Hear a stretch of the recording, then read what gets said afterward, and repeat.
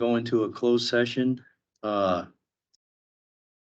pursuant to RSM 610.02, sections 112 and 14. And hopefully this should only be about,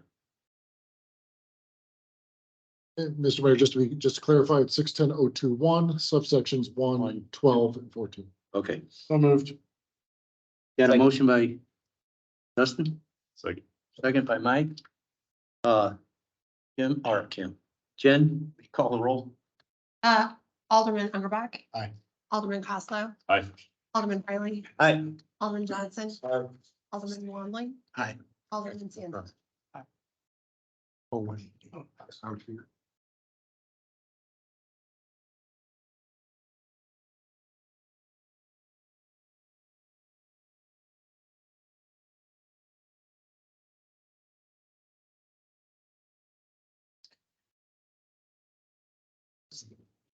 Good. Started, on lighting business.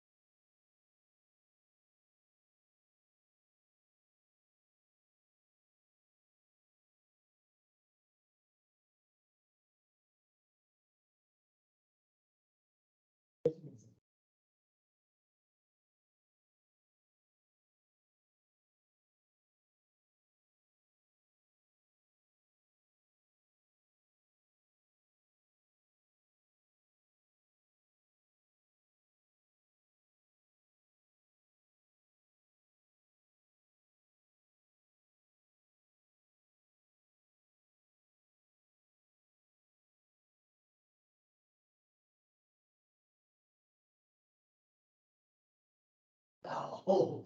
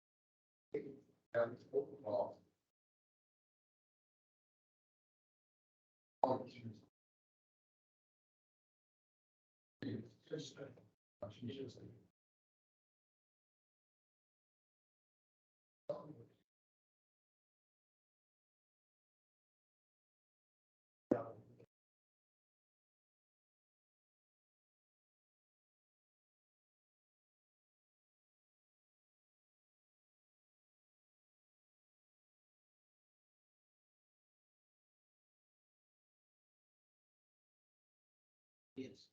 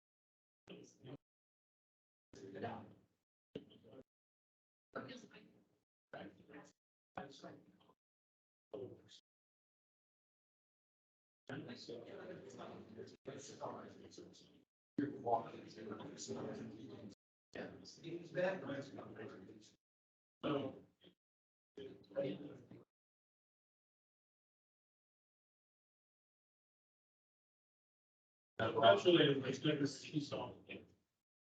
Right, that's all right.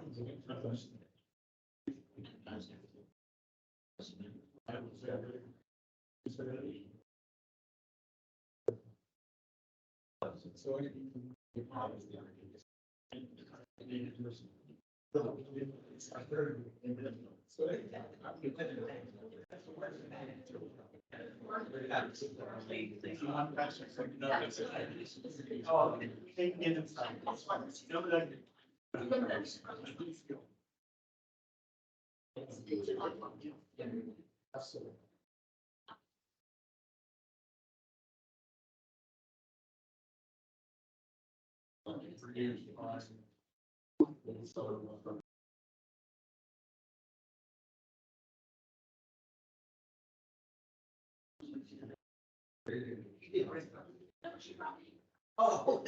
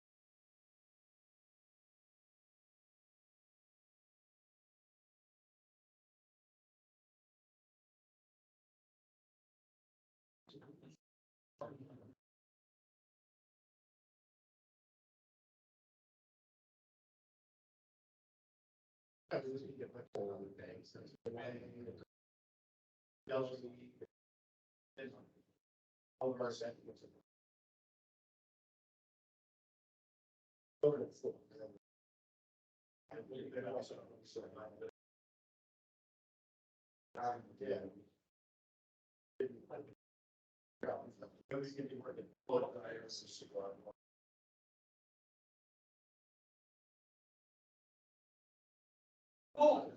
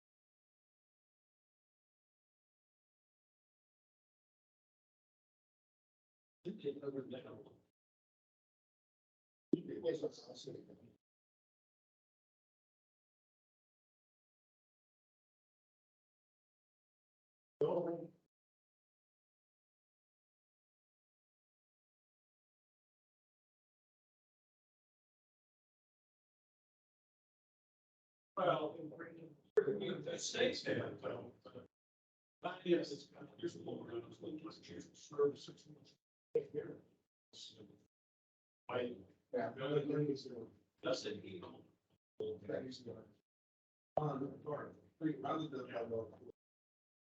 As I know. There is brightness in there.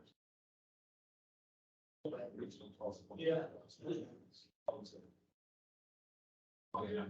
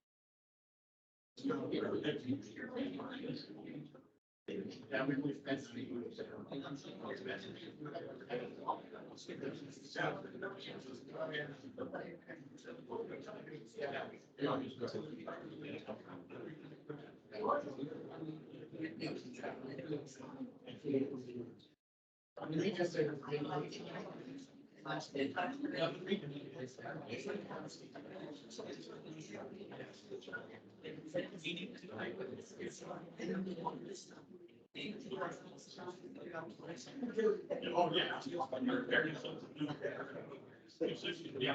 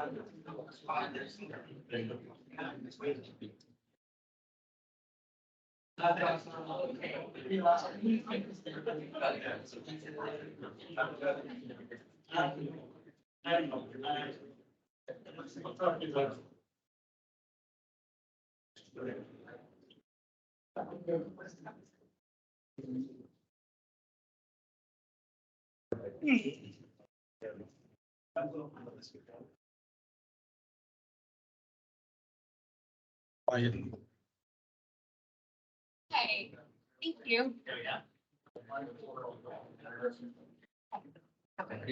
Thank you. Yeah.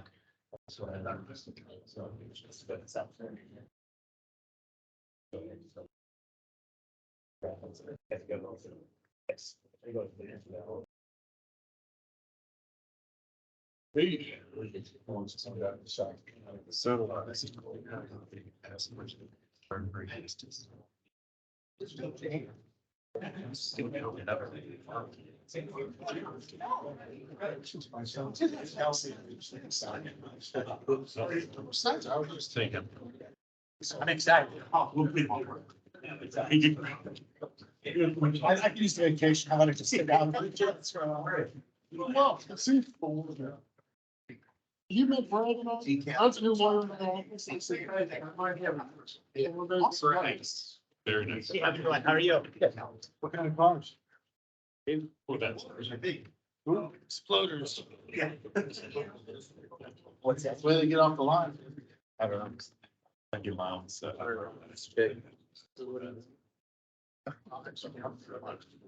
Nobody's wanted. Yeah, she ran. Yes. Oh, yeah, it's a metal on a, right? There's like. Are there, it's not our normal.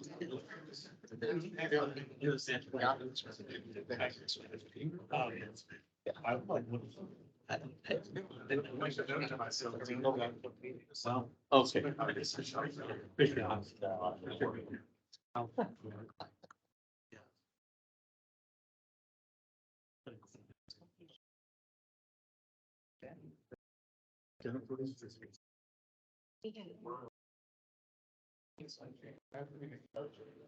Right, exactly. Thank you. Okay, I'm gonna go ahead and call the work session back to order. Can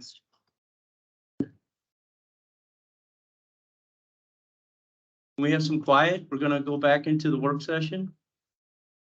Okay, thank you. We got one item for discussion, occupancy permit requirements. James, you wanna go ahead and bring that up?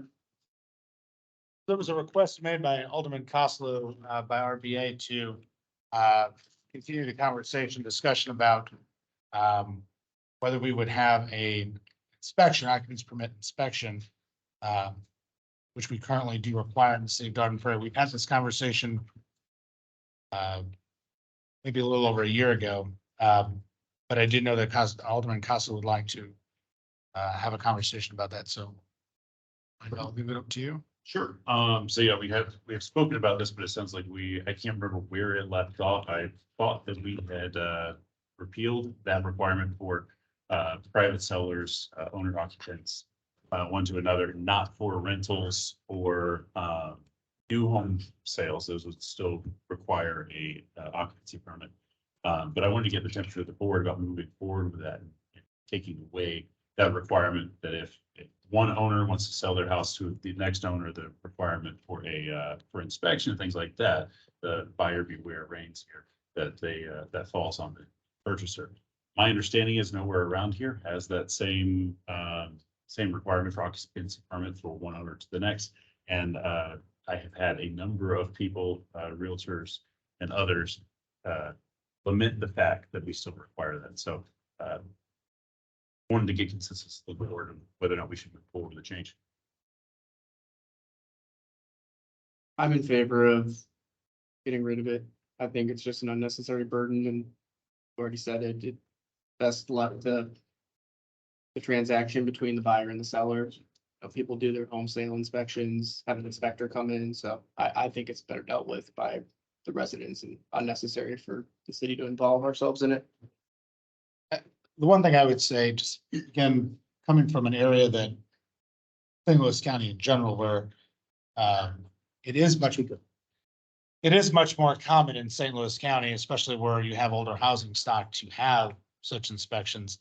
I do know I put it out to the St. Louis area city managers, which does include St. Charles County. Everybody in St. Charles County, at least as far as I've gotten responses back, does at least do rentals on change of occupancy. I don't know, and I would ask our city attorney, can we treat, as a fourth class city, can we treat them differently? Can we treat rentals differently on occupancy requirements? I know we're not allowed to we don't have the ability to permit or license rentals. That was struck down, thank you to the Realtors Association. But, and I don't know that I would take their lobbying as something to do. They are single-handedly part of the problem with single-family rental real estate in Missouri. So I don't know that I would take their lobbying as a reason to do it. But I mean, I don't know if we can segregate rental occupancy versus homeowner occupancy, whether or not we inspect it. Or is the fourth class city allowed to do that? I'm aware of it being done in terms of any legal issues with it. I'm not aware of any, but we can certainly confirm that. I do know that a few cities that I've reached out to, Chesterfield being one of them, got rid of their owner occupied inspections and is now trying to reinstate that, running into opposition from the Realtors Association. But I know that what I would warn everybody on is that as you have an aging housing stock in some parts of Garden Prairie, not everybody lives in new homes. I can point to one on Feisy now that was foreclosed, sold, and I think now in litigation, but if somebody bought that on the auction block, I don't know that you would not want that to have an inspection. You know, we have to remember that we don't, you know, that everybody's house is not new, that everybody's house is not 10 years young. Some of them in Garden Prairie still are much older and some of them are in quite disrepair. So looking at the entire city, I don't know that we would want to just throw it out completely. We also don't, one thing I did find out, by the way, cities don't all do these inspections, but like Lake St. Louis, the fire department does. So whereas in Lake St. Louis, on occupancy, and again, we only do things on occupancy. We do not do them on sale. So on occupancy of a home, a change of occupancy of a home, we do a safety inspection. Lake St. Louis Fire Department does that within their boundaries. Lake St. Louis, the city doesn't do that. They only do that on rentals. O'Fallon only does, actually O'Fallon didn't respond. St. Peter's, St. Charles, they do that on rentals, again, on occupancy. But I would be cautious as to just throw it out as unnecessary because there are other jurisdictions that are doing something. So speaking of those terms, for Lake St. Louis, for example, was that put together by the municipality of Lake St. Louis, or was it the fire district? That's the fire district that does it. So if we do move forward with this, maybe we reach out to the fire districts that service our area and say, hey, we're doing safety checks. If you want this like the other fire districts, then that's on you. We could, and I don't know, I didn't, until Lake St. Louis informed me of that, I didn't realize that some of the fire districts, so I did not ask O'Fallon or anybody else, O'Fallon Fire or Cottleville or anybody does. They very well may take it up if we don't, but I don't know that that's the case. Lake St. Louis just happened to offer that. And I would intend to put in an RBA for the next regular meeting for this, barring any legal challenges that are uncovered by council. What about the issue of rentals? Is there, I don't see any reason to relieve that requirement from rentals. Whenever you rent a home, you don't expect to have to go hire a home inspector Correct. like that. I would leave that in there personally. I Agree. So let me ask the question, what if the requirement was because not everybody is getting a home inspector when you buy a home, you know, some people do buy their house cash. Yep. Even in Garden Prairie, right? So you don't get an inspection, you just go and buy it.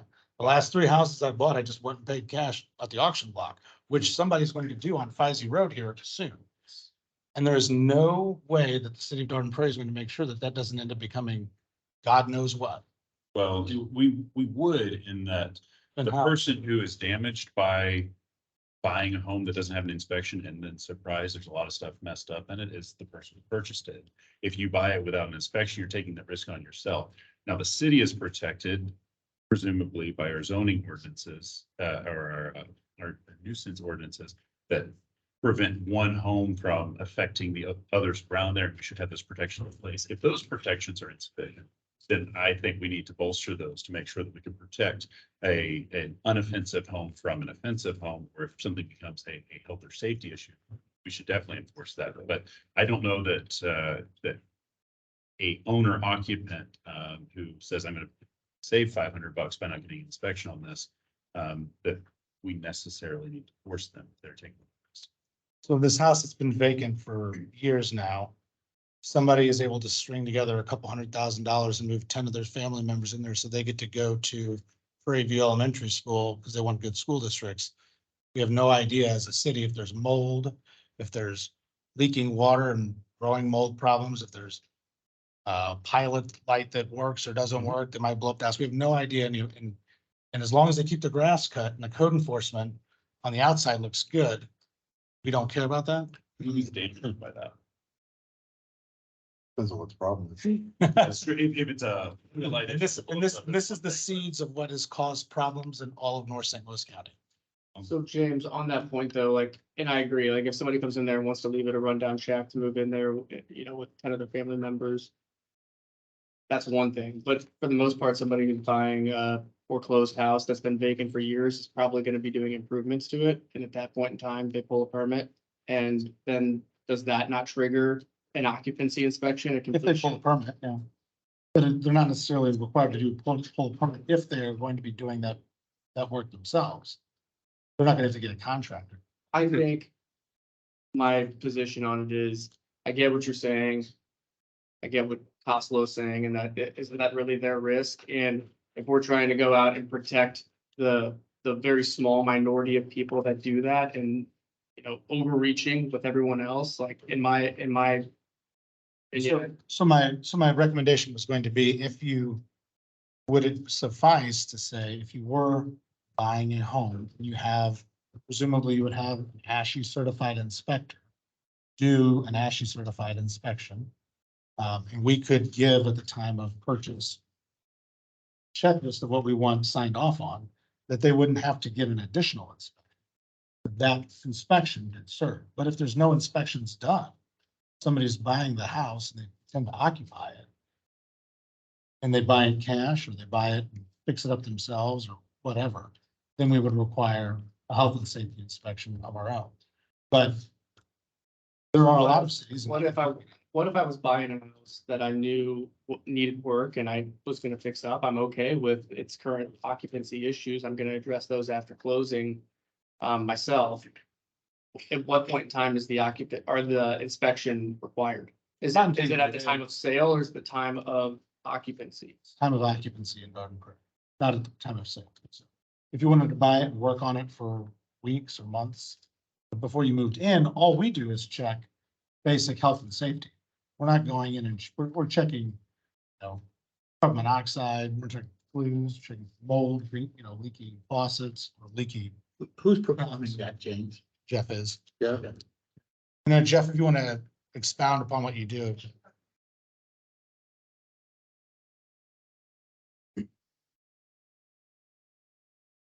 We do. And it's strictly health and safety. So, and I'll be upfront with you, about 60% of them don't pass the first time. And it's, for the most part, it's probably electrical issues. A lot of times it's stuff that the previous homeowner did himself and didn't do it right, and they're hazardous.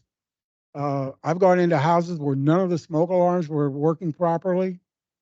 That's happened, the first time I ran into that, I actually got a ladder and took one apart to see if it was wired up right, and it was. They were just all out. But it's, like I say, it's just strictly health and safety. And the biggest difference between our inspection and then if the buyer has an inspection, what's the real estate agents do? They negotiate repairs off the price. If I find something wrong, they had to fix it. So if your GFIs are bad or your smoke alarms aren't working or you're missing a handrail going down the stairs or an anti-tip device on the range, you have to fix that. Now, we don't charge for re-inspections. So I've gone back on houses where the homeowner kept trying to fix it himself, and I've been back as many as 4 times till they get it right. but it's, it's just health and safety, and we don't go retroactive. In other words, you don't have to meet the current code. It has to be as safe as it was when the house was built. No more, no less. And that's the way we've always done it. And it's not a big burden, and it can be done by usually the sellers do it. Sometimes it's a foreclosure or a short sale, and the buyer will do it. Sometimes they're out of the house or in another state, and the agent will have it done. And the agents don't like to do it because, they don't really do it. The big thing they want to do is get their commission. They don't want to have to do any extra stuff. And it's normal. I get it. But it's strictly health and safety stuff. And it's making the housing stock as safe as it was when somebody moves in as it was when it was built. That's all.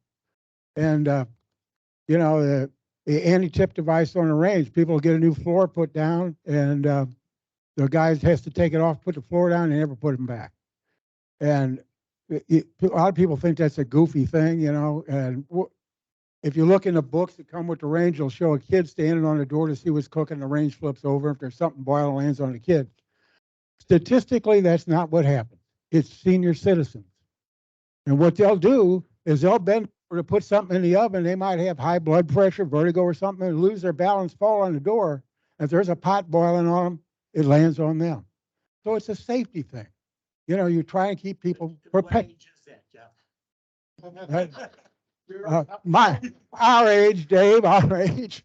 But no, that's, if you've got a health issue, and they'll fall on the door and the thing, and that's statistically what happens.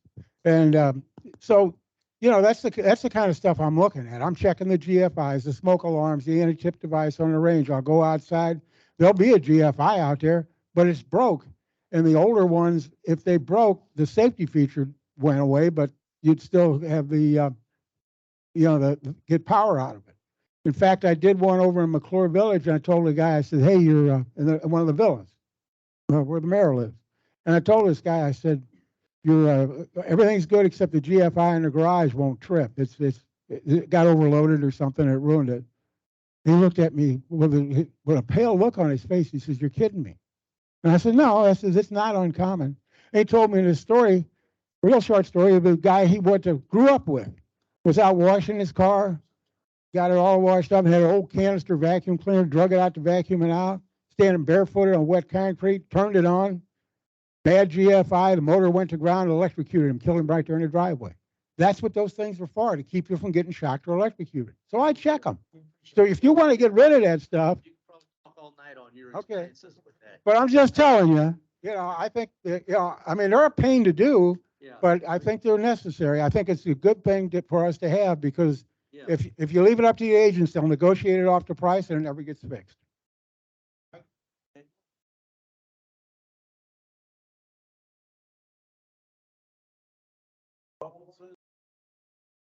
What is your driving force? Well, there's a lot of complaints about the cost and that's the two. Yeah, because it will delay closure. If there is find something small that's not done, and then talk about it does delay the sale. If they get it fixed. Right. Okay, Jeff. Okay. So those are the two reasons. The cost, I believe, is $75. I heard it was 100. Is it? What is it? Is it? What is the cost? Don't charge. Yes. Yeah. I mean, it seems like a minimum cost. I mean, I think for the safety purpose of it all and all that, I mean, I would even negotiate if really the cost is there. Maybe we reduce it to $50 or something, but I think the safety aspect on it outweighs the cost there. That's just my point. So I'll tell you what I have heard the most is I just got an inspection. Why do I have to have the city come back and re-inspect? And at that point, they say it's all a useless cost. You could charge me $2. I'll still be pissed off because I shouldn't have to pay that. What's the long arm of the government trying to do? And the answer to that is because they may not have fixed the problems.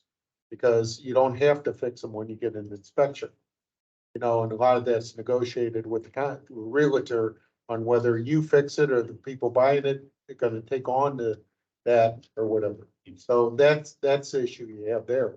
It may never get fixed.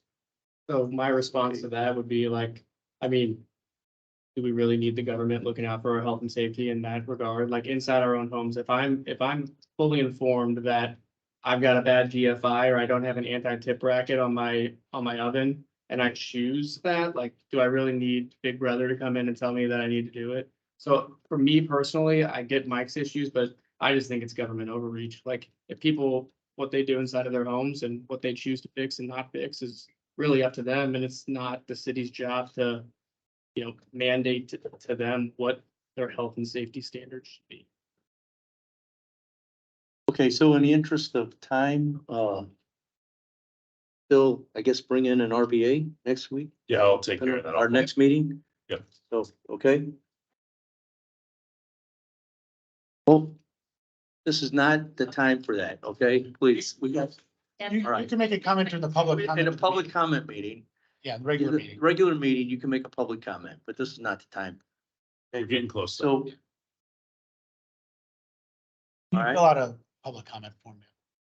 uh, so let's move to staff communications, city attorney, I have nothing more. city engineer. Yeah, so in lieu of time, I've submitted our written report. Okay. Right, city administrator, Reserve anything till later. alderman. Nothing that does. Just want to make one comment. I spent a couple, or an hour and a half with Congresswoman Ann Wagner. Just two things. It's all behind us with the slip ramps that were, you know, on 40 and 364. We're moving forward with that. Also, I know I've had people ask about, you know, identity and get us a post office. When I brought that up, she literally laughed out loud. She said, it takes an act of Congress. Most post offices are being shut down. There's not been a new post office in, can't remember when, our whole time. So as far as us getting our own post office, that's probably not gonna happen. So.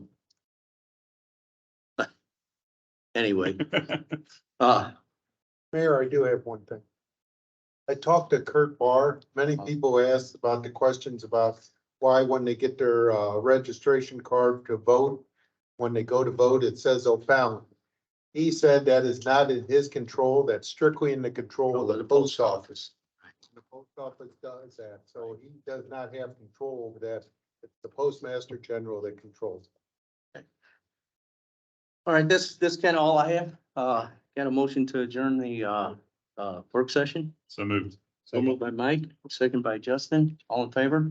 Aye. Okay, the work session is adjourned. We're gonna take a 5-minute break and we'll be back in the regular session.